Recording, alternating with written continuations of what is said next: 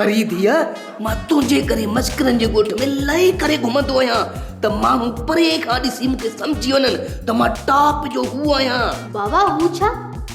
माण्हू त हूअं बि सम्झी विया आहिनि त अवी केतिरा हू आहे। फरीदिया मूंखे तुंहिंजो वॾो फ़िक्र आहे छो त तूं मुंहिंजे लाइ पैसनि ठाहिण वारी मशीन आहीं। इन करे मां तुंहिंजी सिहत जी हिफ़ाज़त जो सुठो बंदोबस्तु कयो आहे। तूं छा थो सम्झी बाबा त माण्हू तुंहिंजो मुंहुं ॾिसी ॾिजी वेंदा आहिनि। नालो अथमि फरी ऐं ॻाल्हि कंदी आहियां खरी। ईअं नाहे बाबा, असल में त माण्हुनि खे तो मञा एतिरी बदबू ईंदी आहे जो माण्हू बदबू खां ई भॼी वेंदा आहिनि। मूं तुंहिंजी जान जी हिफ़ाज़त लाइ बॉडीगार्ड रखियो आहे, सो बि मुफ़्त में। बाबा तोखे ख़बर पइजी वई छा त मुंहिंजी जान केरु आहे? मूं त हुनखे ॾाढो लिकायो हुयो। मुंहिंजो मतिलबु आहे तुंहिंजे सिर जी हिफ़ाज़त लाइ बॉडीगार्ड रखियो आहे। चरी तूं सम्झी छो नथी डीज़ल ते? हाणे सम्झी वियसि। भला बाबा इहो त ॿुधाए त कंहिंखे गार्ड रखियो अथई? टोनीअ खे। टोनी बि ठीकु आहे, हुनखे जूडो कराटे ईंदो आहे। अब ठीकु आहे, टोनी ठीकु आहे। हाणे तूं जेॾां बि वेंदीअ न टोनी तुंहिंजे पोयां पोयां ईअं ईंदो जीअं मालिक जे पोयां। न ग़लति मिसाल न ॾे, जीअं रेल गाॾी जे इंजन जे पोयां गाॾा हलंदा आहिनि। ठीकु आहे। पुट हवाली संगत वेठी आहे, भला हाणे फ़ैसिलो शुरू कर न।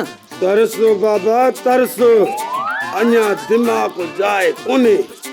हिकिड़ो जग अञा भंग जो खणी वठ।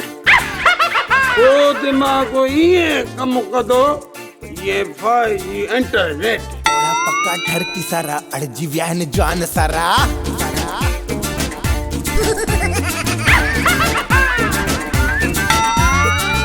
बस पुट बस, फ़ैसिलो बि करणो अथई।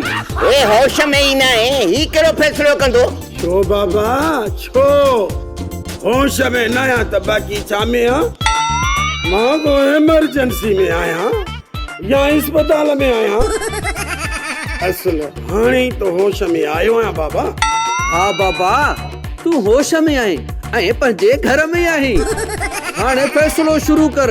कलाक थी विया हमरा तुंहिंजे इंतज़ार में वेठा आहिनि। बाबा फैसलो क्या? मूंखे थोरो हेठि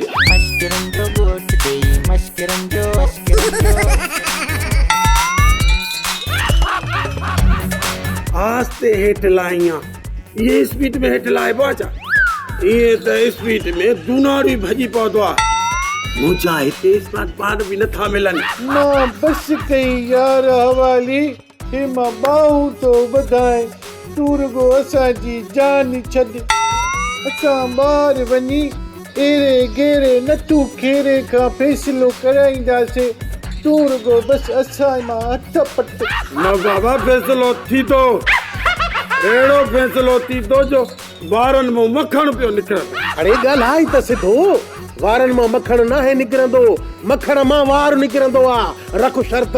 ठीकु आहे, सभ खां अवल टोनी ॻाल्हाईंदो। मां ज़बान त तोखे ॿुधाईंदुसि त तोखे सम्झ में कोन ईंदो।